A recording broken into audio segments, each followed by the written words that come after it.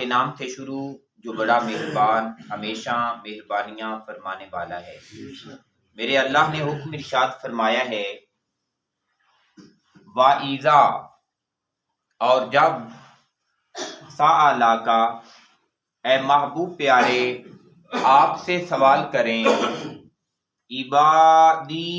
میرے بندے، انی میرے بارے میں۔ جیسے آج ہمارے من میں بھی یہ کبھی کبھی خیال آ جاتا ہے کہ اللہ کہاں ہے، تو فرمایا اسی انداز سے محبوب جب آپ کے صحابہ میں یا عام لوگوں کے دلوں میں یہ خیال آئے اور کوئی پوچھنے والا یہ پوچھے کہ اللہ کہاں ہے، میرے بارے میں سوال کریں، تو فرمایا محبوب پھر ارشاد فرما دینا فَإِنِّي، پس بے شک میں قریب، بہت زیادہ قریب ہوں، کہ میں قریب ہوں، اجیبو، اور فرمایا میں قبول کرتا ہوں، دعوتا، دعا کو، داعی، ہر اس بندے کی جو مجھ سے دعا کیا کرتا ہے، ہر دعا کرنے والے کی دعا کو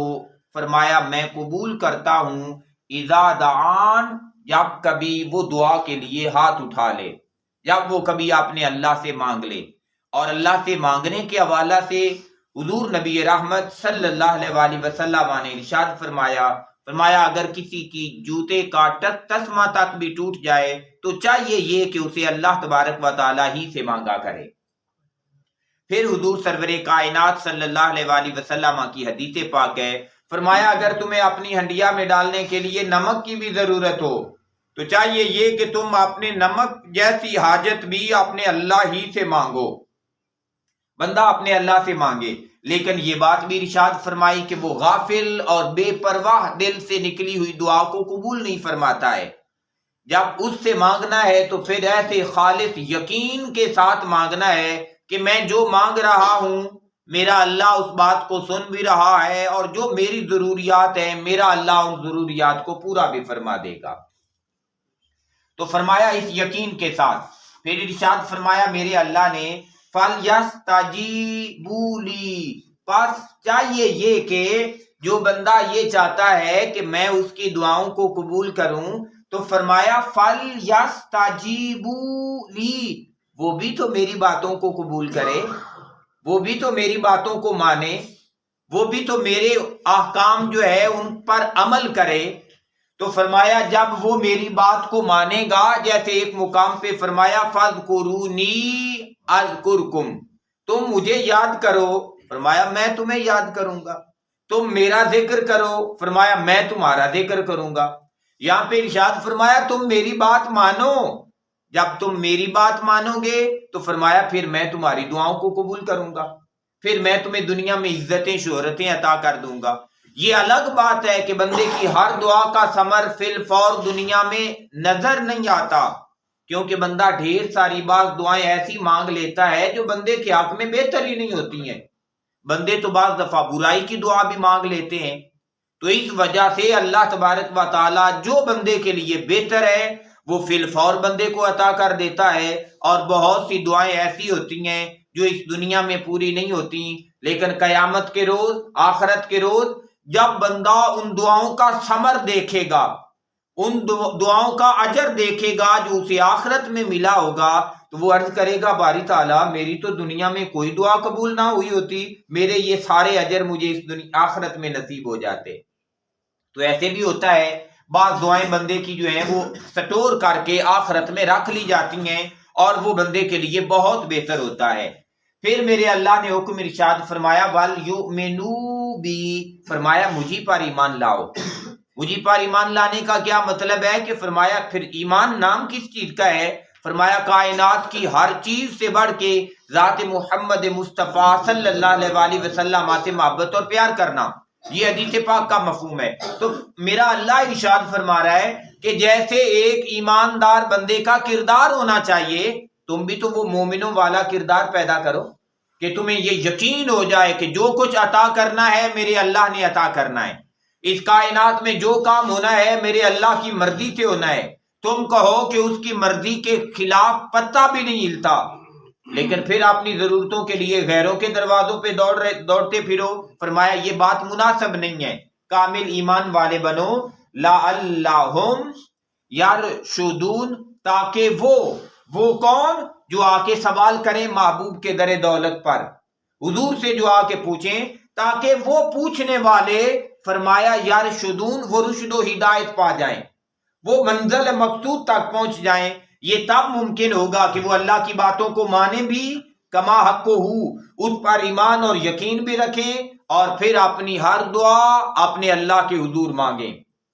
اپنے اللہ سے کریں. پھر ارشاد فرمایا میرے اللہ نے ایک حکم بیان کرتے ہوئے فرمایا اوحلا، حلال قرار دیا گیا ہے، لکم، تمہارے لیے، لیلۃ الصیام، رمضان کے روزوں کی راتوں کو، الرافثو، فرمایا قریب جانا، الی نسائکم، اپنی بیویوں کے.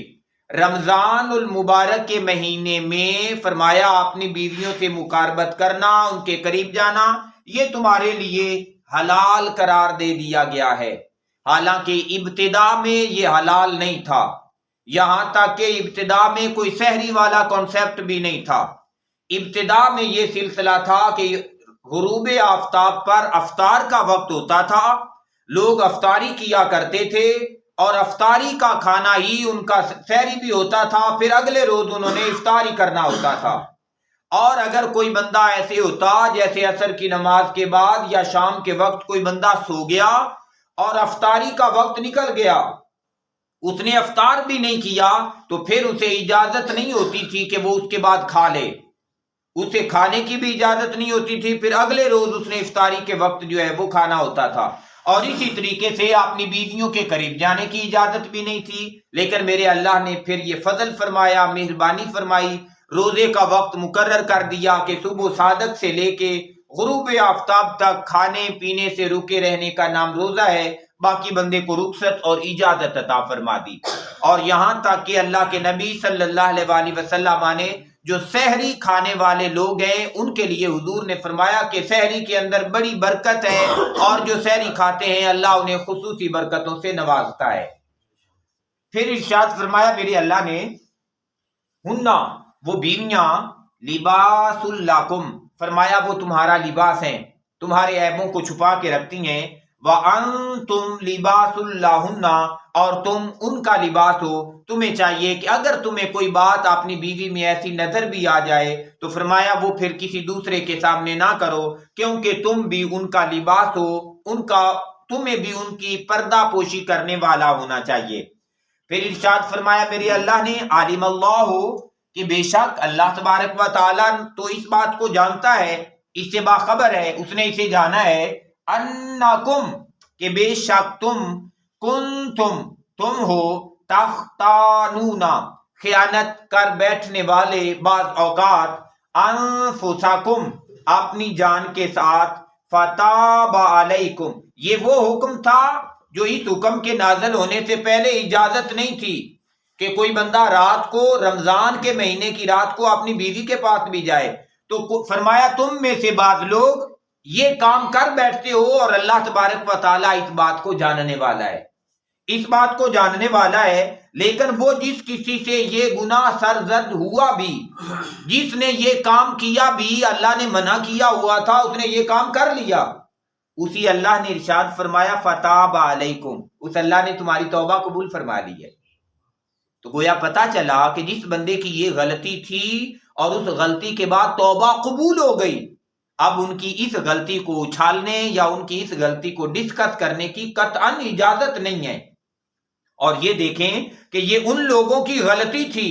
اور ہمارے لیے وہ غلطی نعمت بن گئی، ایسے نعمت بن گئی کہ ان کی غلطی کی وجہ سے میرے اللہ نے ہمارے لیے رخصت پیدا فرما دی، نیا حکم جاری کر دیا کہ میں تمہیں رات کی اجازت عطا کرتا ہوں، تمہارے لیے اجازت ہے. فرمایا فتاب علیکم، پس اس نے تمہاری توبہ قبول کر لی، وعفا عنکم، اور تم سے درگزر بھی فرما دیا، تمہیں معاف بھی فرما دیا. پھر ارشاد فرمایا میرے اللہ نے، فالآن، پس اب، باشروہن، ان سے مباشرت کرو، وابتغوا، اور تلاش کرو، ما کاتبا، جو کچھ لکھ دیا ہے اللہ تبارک و تعالی نے لکم تمہارے لیے، گویا مباشرت کریں، اپنی بیویوں کے قریب جائیں اور تلاش کریں کیا، کیونکہ میاں بیوی کے ملاپ سے اللہ تبارک و تعالی اولاد جیسی نعمت بندے کو عطا فرما دیتا ہے۔ گویا یہ جو نکاح کا عقد ہے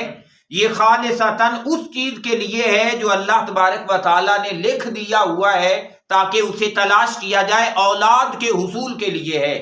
اب جو نکاح اولاد کے حصول کے لیے ہے یقیناً وہی مفید بھی ہے، وہ بابرکت بھی ہے اور اس پہ اجر اور ثواب بھی ہے۔